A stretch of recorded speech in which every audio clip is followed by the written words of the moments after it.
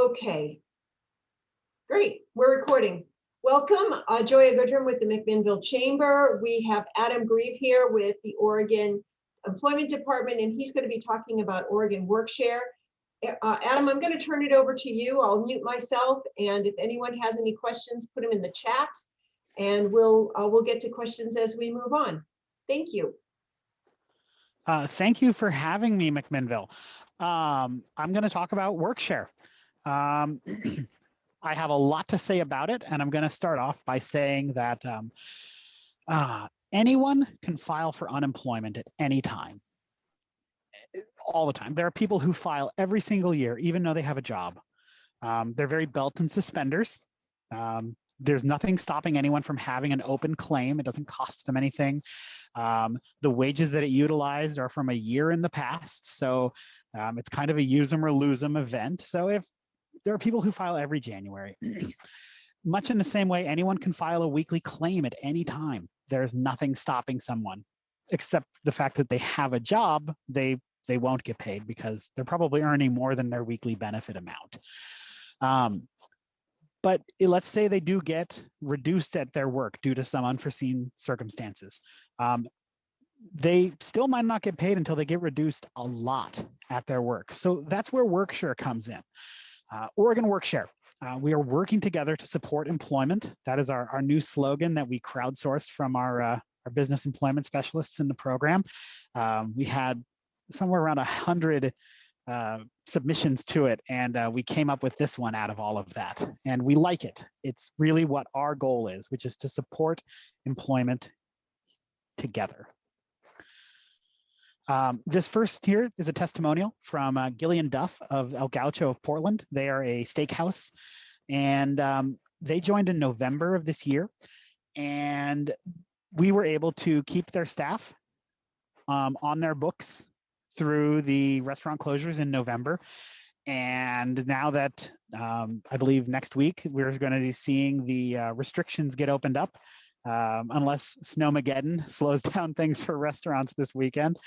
And El Gaucho should come out of this this latest situation in a very good position to open up and have their staff available and not having moved on to other jobs, so they won't have to rehire and retrain new employees.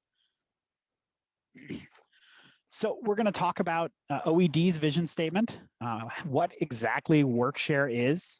Remember this term, short-time compensation program, or short-term compensation program, why a business might choose Workshare, how we determine eligibility, calculating the weekly benefit amount, how payroll taxes get impacted. It's a big question. And we can cover briefly how to apply for the program.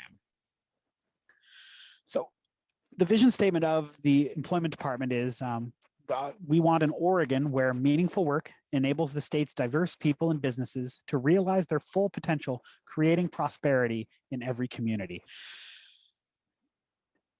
Communities without businesses don't thrive. Businesses need people as much as we need business in the state. We want to keep people where they are if they can find meaningful work there. And that's part of what Workshare is going to be able to do. So what is Workshare? Workshare is a short-term compensation program. They've been around in the US since 1983. If you follow us on Facebook, you will see a wonderful fact that I had to translate from German, that short-term compensation programs have existed since 1910 in Germany. They were able to reduce businesses a little bit in order to deal with supply chain problems. So it preserves jobs.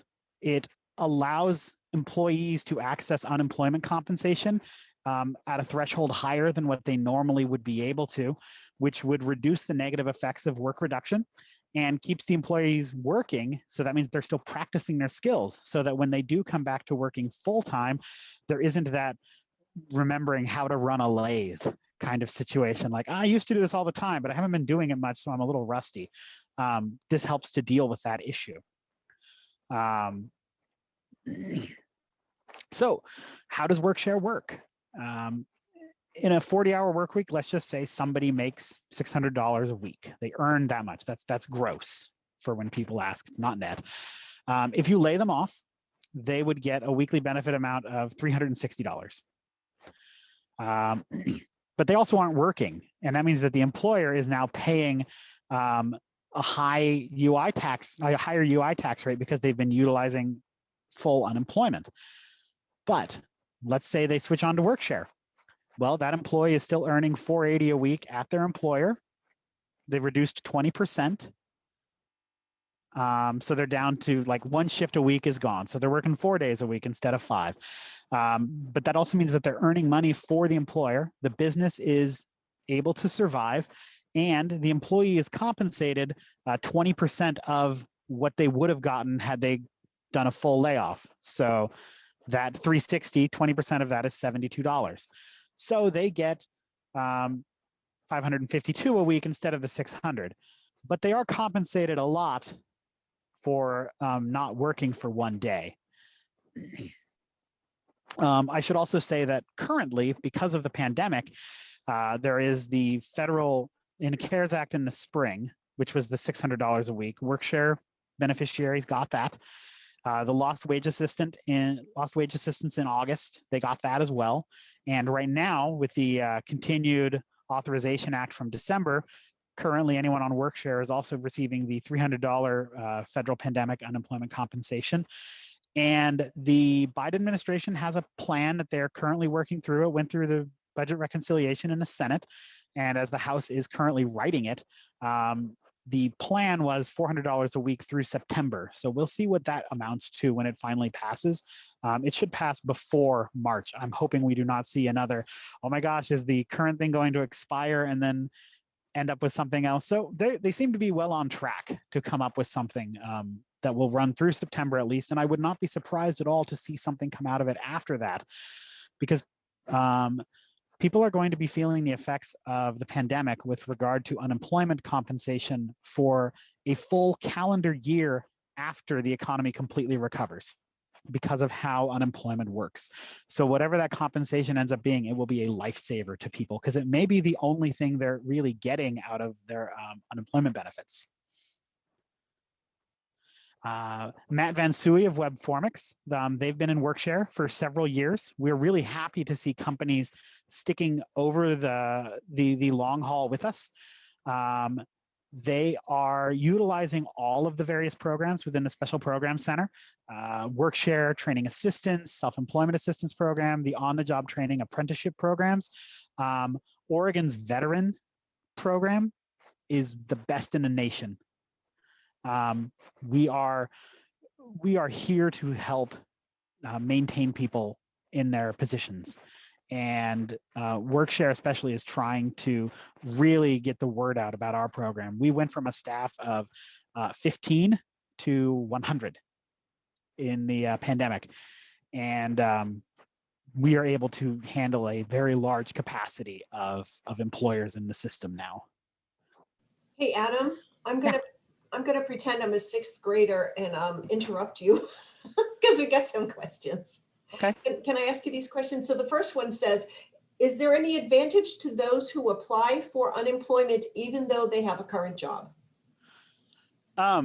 If you have a current unemployment, we're ignoring Workshare at this point. We're like, just, hey, if I have a job and I apply for UI, if you lose it, you don't have to scramble when you're suddenly dealing with the trauma of losing your job. Like, let's think that back in March, if most people just applied for unemployment every single year, there wouldn't have been that massive scramble in March to suddenly file online. It would have just been a lot of restarts on people's claims, because they would have just been like, oh, okay, so they would have all been processed very quickly. I'm not suggesting that the entire state should start claiming every year on January 1st, but they're just, I mean, if you're working full time, there really isn't an advantage. It's just when we start talking about Workshare and companies joining Workshare, we get into this situation where we have companies that have been involved in Workshare for over 15 years, and they have maybe claimed 10 times. Like they might have made a claim a year or 2 claims in a calendar year, and they just didn't utilize the program, but they were enrolled and it was there just for those times that they did need it. Right, right. Because there's no obligation to utilize the plan. You sign up and it's there, just like fire insurance, except fire insurance costs you money. Yeah, so you're saying businesses should sign up for WorkShare, and, right, is that what I'm hearing you say? Yeah. Okay, all right, cool. But other people, not just businesses, individuals who are, currently working, the only advantage is if they get laid off or they get reduced more than 40%. They get reduced, right, more than whatever the threshold is. Yes. Okay, so another question. On the $400 supplemental, does that go directly to the state, and is that $400 from the federal government? So right now people are receiving a $300 federal pandemic unemployment compensation. It's called the FPUC in the mainframe, FPUC, and that is from the Department of Labor. Okay. That is a federal adjustment that ends up being there. Right. Okay, so but what's the $400 then? So that was the the Continued Authorization Act that was signed by President Trump in December only goes through March 13th. Got it. And the Biden administration announced a plan just before the inauguration that laid out another stimulus package, an extension to pandemic unemployment assistance, and another FPUC that was going to be $400 at the time. And even though the president can say whatever he wants, but the bill has to originate in the House. So whatever the House comes up with will very likely include another FPUC. And at the time that it was talked about, it was going to be $400. I don't know what it will end up being, but that was their estimate of what a good number should be, because there was quite the backlash over the 600. But when we start considering what people's weekly benefits amounts are going to look like after having not worked for a year and a half, 600 ain't so bad. Sure. So another question was said, I don't understand why a person who has a job applies every year if they don't get a benefit until they lose their job. I would imagine there are people who are they might work for 8 months out of the year and then they get laid off for 3 months. Yes. 4 months, and so they would apply every year because they know that they're, maybe they work at a nursery or something. I don't know what nurseries do. I'm throwing this out. I don't know if this is the case, but maybe they might decrease their operations in the winter, and so they might be out for a little bit. Does that make sense? So what you might see is we'll tailor this to Yamhill County. Okay, great. And let's talk about the wine industry. Let's talk about the crush. Yep. Where suddenly people are working 16 hours a day, 7 days a week. Right. What happens at the end of the crush? If it ends early, or if it ends right on time, or even goes a little bit late into late November, that's when they suddenly lay off a bunch of people. Or if they're in WorkShare, they wouldn't necessarily have to lay them off. They can slowly ramp down and kind of handle. WorkShare can become a shock absorber for businesses, and can offer them ways to slow down or to come down off of a large ramping up without just saying, okay, good luck, and sending people off to the scattering them to the wind. Right. Another business that heavily utilizes it and would just be applying every year tends to be construction companies. You will see this in the labor unions, where someone will work 2 or 3 months on a project, and then they will file for unemployment between jobs, between finding another project to work on. Roofing companies, this happens. With temp agencies, if your contract ends with a temp agency, you qualify for unemployment. Right. You weren't fired, it's just your contract ended. So they can get UI. Right. Got it. Okay. Also, another question, isn't the $300 to $400 per week, whatever it ends up being, could that be an incentive to be on unemployment for people rather than going to work? No, It's because of the requirements for people doing job searching and stuff. It is being on UI is a job. Like no one wants to be on unemployment. Yeah. And like they would much rather be working. It is deeply stressful. It is a trauma to have to lose your job, to lose that identity, to not feel like you're able to participate in society. I wish there wasn't this stigma attached to being on unemployment. I feel that there is a lot of good that we do in our local communities by being able to keep the workforce where it is, because skilled employees who are unemployed, if they move, they aren't there anymore when it comes to ramp up. Part of what created the unemployment insurance system in the first place was the diaspora of the Dust Bowl from Oklahoma to California, and how much skilled labor was lost in the Midwest when everyone suddenly moved to where the jobs were. And had there been the UI programs at the time, then when the economy did recover, when the droughts in the Midwest ended, there would not have been such a shortage of labor to work on the farms in the first place. Yeah. Good. That's great information. Thank you. That's great historical information. One last question. How do businesses sign up for Workshare? I presume somewhere in here you're going to get to that. I'm getting to that very soon. Okay, so let's have you go back to what you were doing. And I apologize for interrupting you, but those questions look like they were very, to me, they seemed important and wanted to get them answered before you got too far down the road. Thanks, Adam. Oh yeah, nope, this is great. So more advantages to the employers. They don't have to hire and train new employees.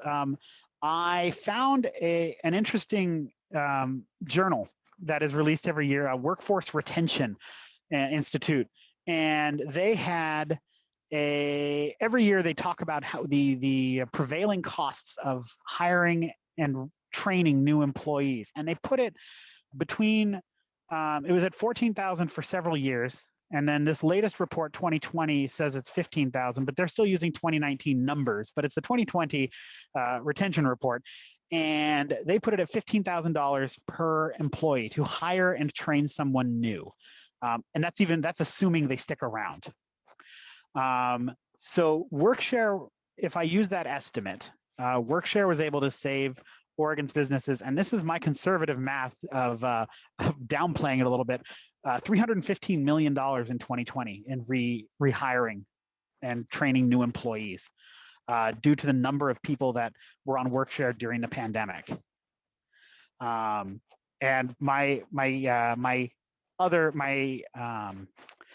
counterpart, her name is Sarah, she's the other employer outreach coordinator, was like, where did you find these numbers? I'm like, here's my numbers, and I actually downplayed it. It's closer to 394 million, but I don't think anyone would believe me if I put that. So I'm just gonna say 315 and leave it at that. So that being said, maintaining your employees maintains employee morale. Like layoffs, it's like saying goodbye to people. And that affects things. It changes the dynamic. There's a lot of psychology concepts that kind of go around this idea of when a room when somebody's missing from a group, it changes the atmosphere of the room. It changes the work environment. It might actually, it kind of feels like they just lost a family member amongst the employees. And this really helps them stick around. And it really does build that bond of loyalty between the employer and the employee, which some argue doesn't really feel like it exists anymore. And this does show a little bit more of compassion on the employer's part.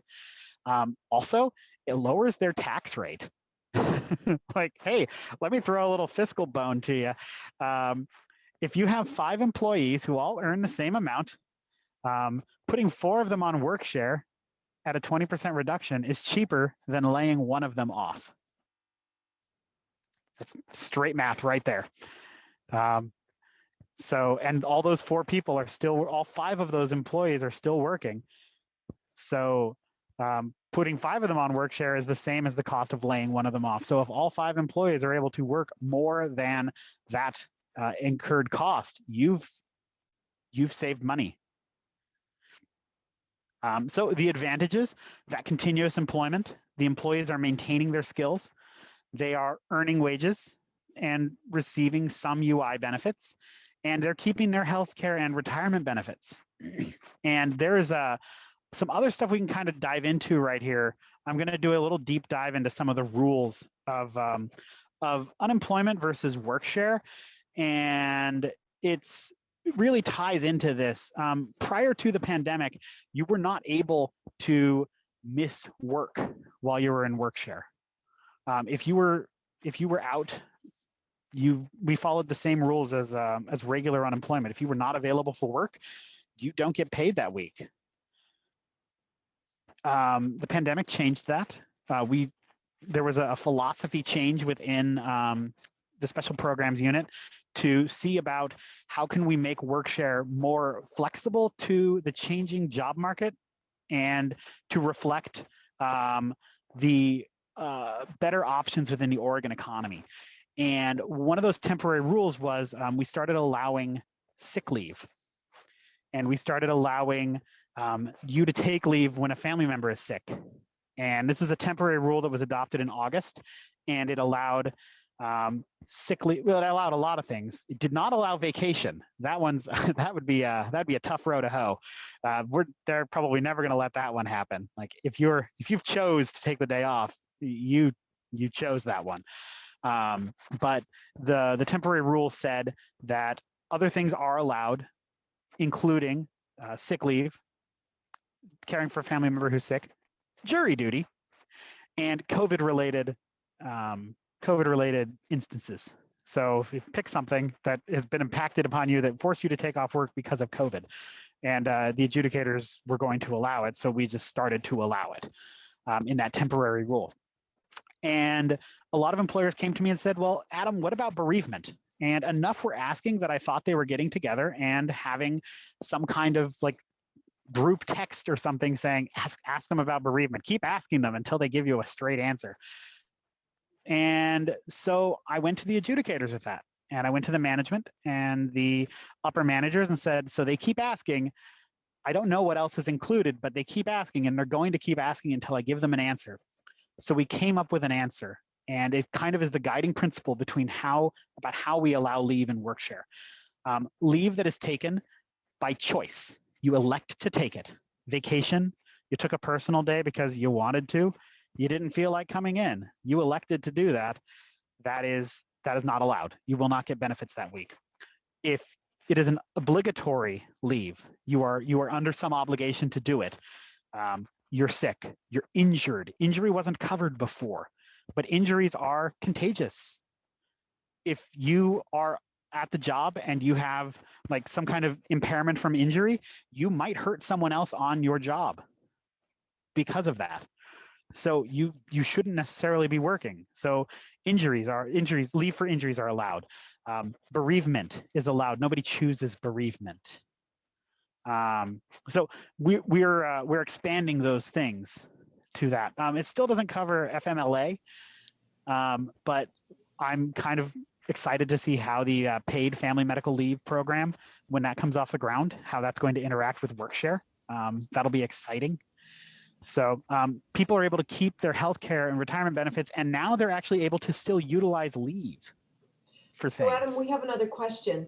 Okay. Will this be the new UI norm that people will qualify for UI when sick? No, this is work share. This is just work share. And it ties into that reduction. And I'm going to get back to that. I'm going to come back to this a couple of times. Okay. But when you're in work share, that means that you're reduced a very specific amount. Ooh, and right. Outside of that percentage, you're under regular unemployment rules. And I'll get into that. Okay, but that's a good question. Really good question. Thank you. And I have another testimonial. Flatline Fabrication also joined in December. Max has been a great person to work with. They do a lot of metal work. They do displays for stores. They've done some very creative stuff. I am impressed at what they manage with metal. And they have not only kept their staff on, they've actually been able to bring some people that they laid off back in the summer that are now eligible to start up with the program. So I'm really excited to see how Flatline flourishes in the future. And I think that they will be applying year after year because of the experience they've had so far. So who's eligible? Businesses with at least 3 wage-paid employees. So they have to be paid with a W-2. These are going to be people who are reported to OED whenever a business owner is reporting wages to OED and hours of employees. They have to be those. 1099 is usually not eligible.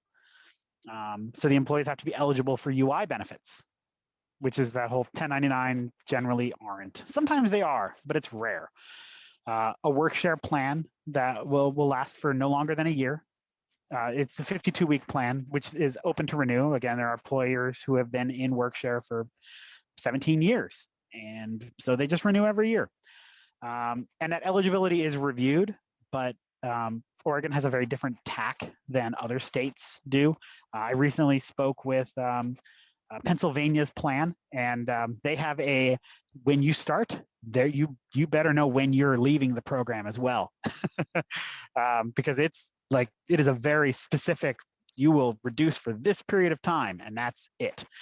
And you will get benefits for that period. And if after that, you need to kind of decide what you're going to do with your business. Oregon wants something different, and we are definitely structuring it so it can be something that businesses actually really take advantage of.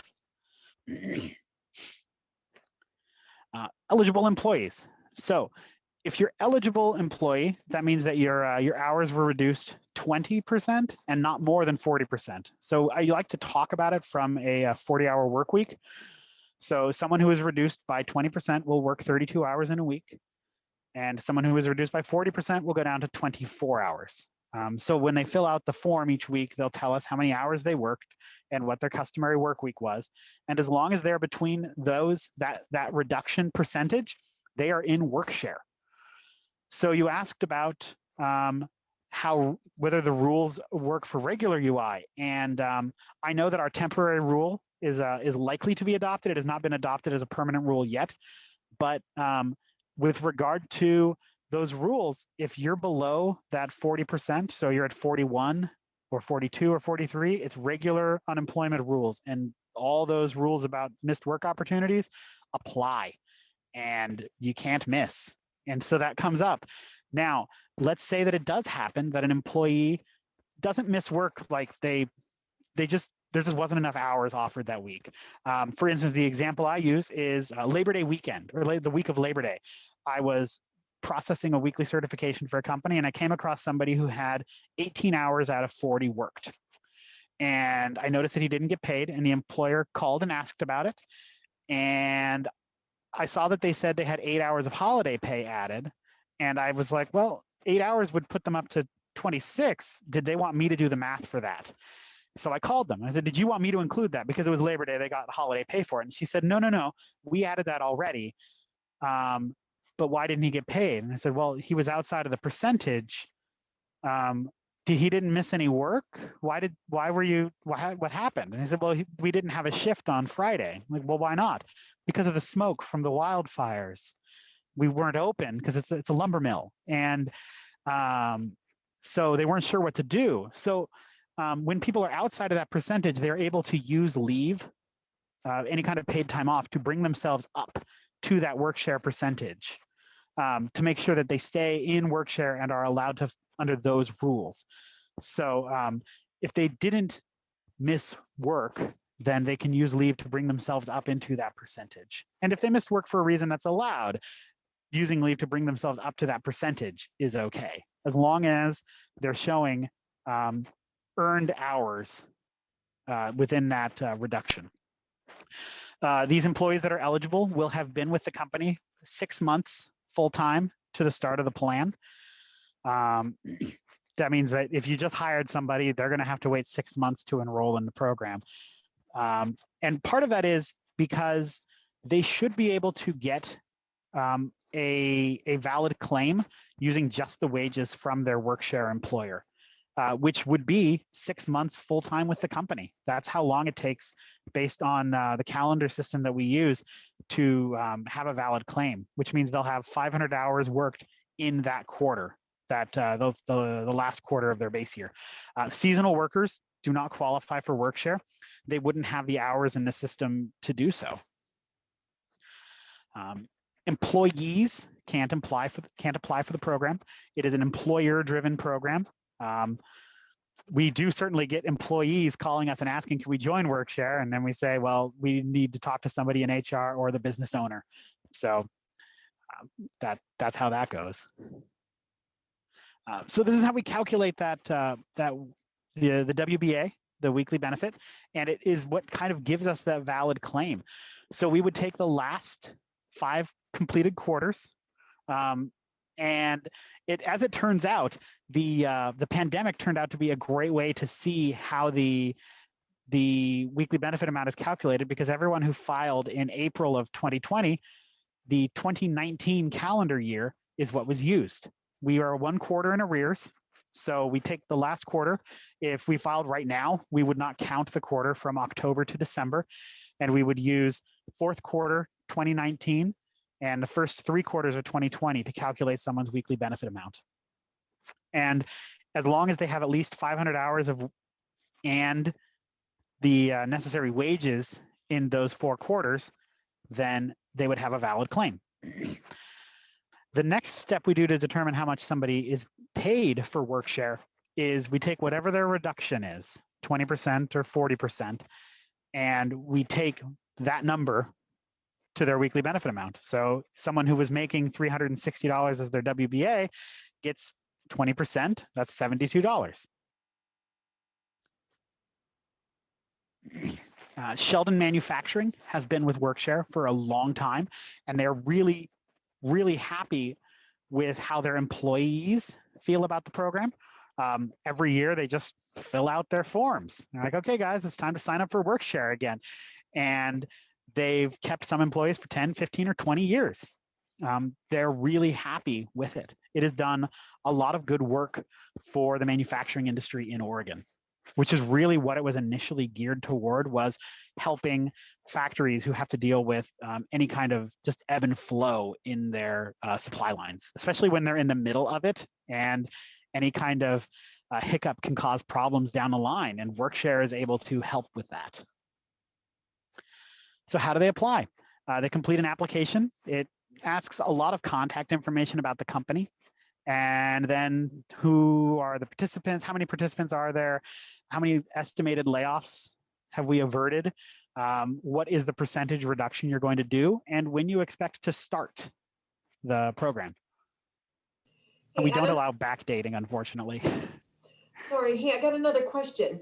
Okay. One of our businesses asked if we have employees that are currently on full or part-time unemployment, are we eligible to bring them back under this program? It's a really good question. That depends on the nature of, if we're talking about full-time unemployment, like they've been laid off, if they were laid off and sent to seek other jobs, or were they a temporary layoff? And due to COVID, temporary layoffs used to have a 4-week limit, but now they are pretty much the extent of it. There are people that have been on temporary layoff status since March.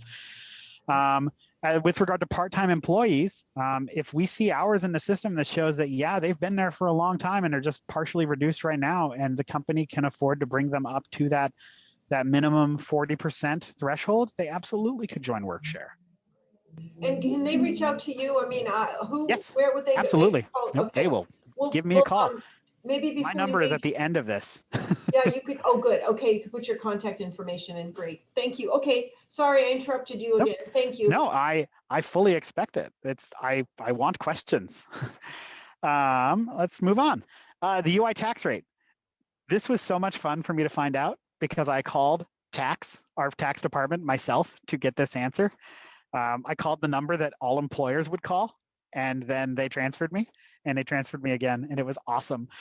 And we kind of hammered out how Workshare, because Workshare doesn't pay out the same way, and we kind of figured out that, yeah, if laying someone off is the equivalent of putting 5 people on workshare, as long as they have similar weekly benefit amounts. So an employer, if they're able to put people on workshare and those people are still able to earn for the business, it helps them. Though there was one employer who said, well, I'm already at the max rate, so is there any harm to joining workshare? Is there any cost to me at all? It was, well, no, not at all, really.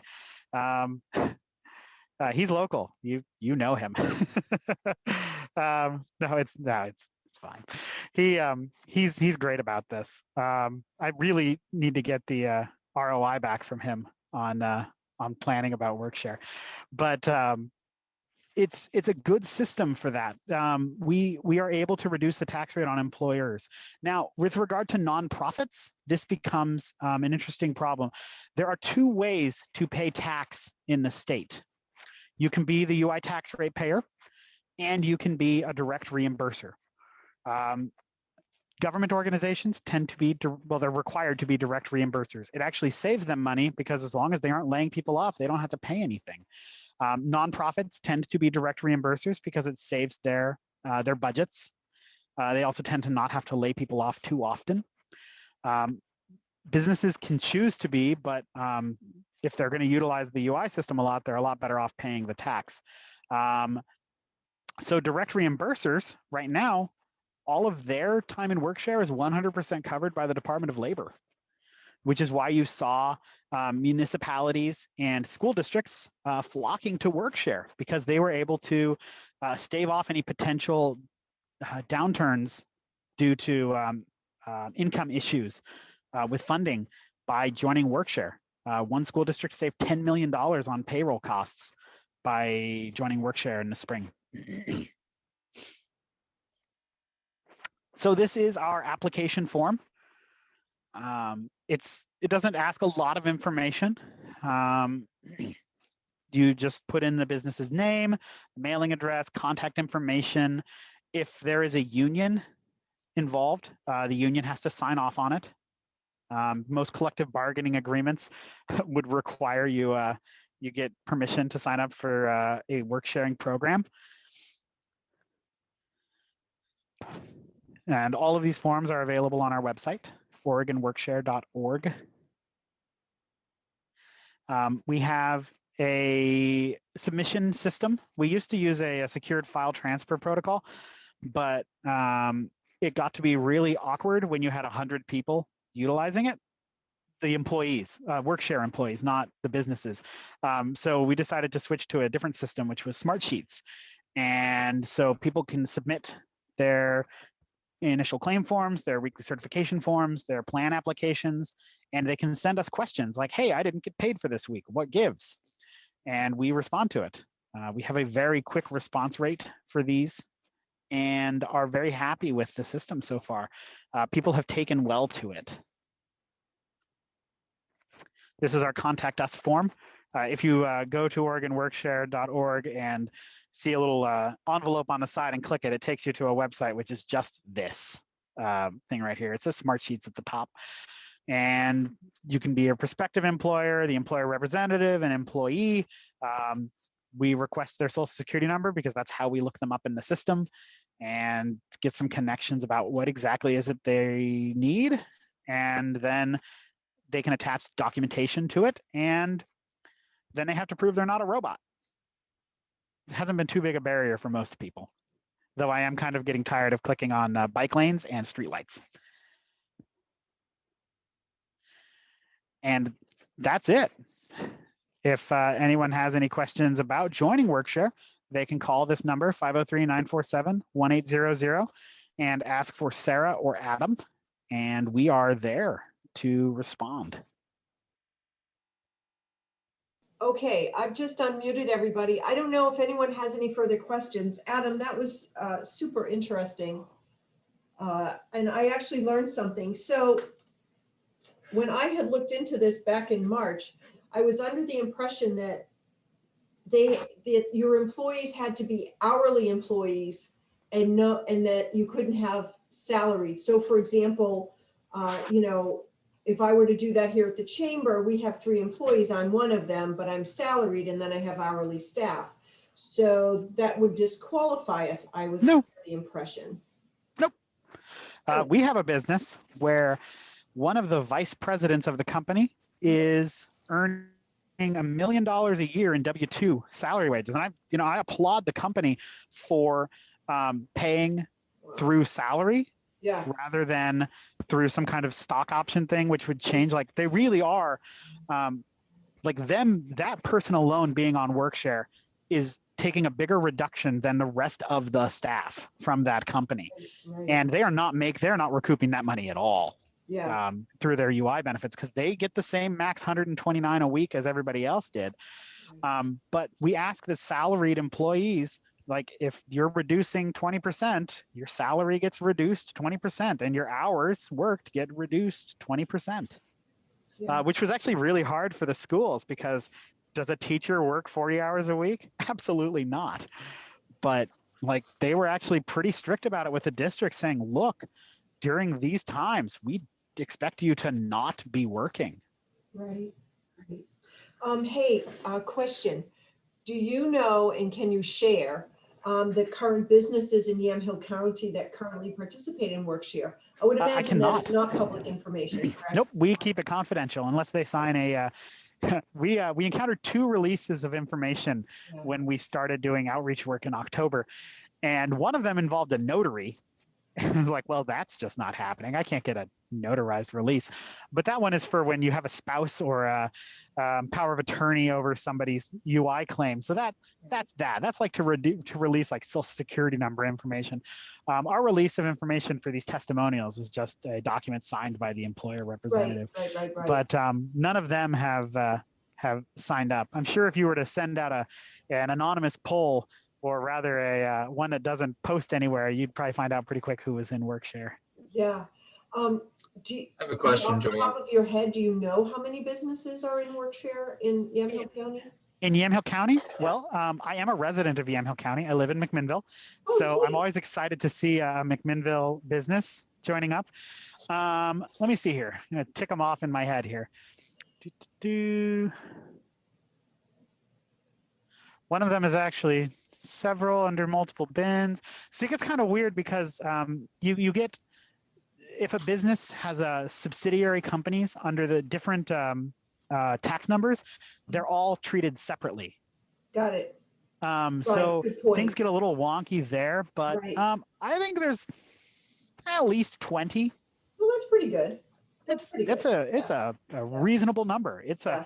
So yeah. Eric asked that question about sharing that information. He works for WorkSource Oregon. So I know who Eric is. So maybe you two should have a conversation about that. And Jeff has a question. Jeff Gloat. Jeff, would you like to ask your question? Yeah, can you guys hear me okay? Yeah, we can. In particular is that we're in the restaurant industry. So we have all of our employees, servers, it doesn't matter if you're even a cook or even a dishwasher, they all have tips as part of their income. So with using this here, how do tips or things other than just your standard hourly wage factor in? They're reported. Wages, what they earn isn't actually important in the system. Like there was a car dealership who ended up in Workshare, and we got the question of like, how do you deal with commissions? Mm-hmm. And it's reported at the time that it's earned, in the week that it's earned. We don't discount people because of how much they earn. Like I said, we had somebody whose weekly earnings almost buried the needle for what we can actually enter into the mainframe. Like, I don't know that we could enter someone whose salary was much higher than his on a weekly basis, but the only time it comes into account is when they earn less than their weekly benefit amount, and then we pay them out under different rules. So if somebody is a waiter or waitress, yeah.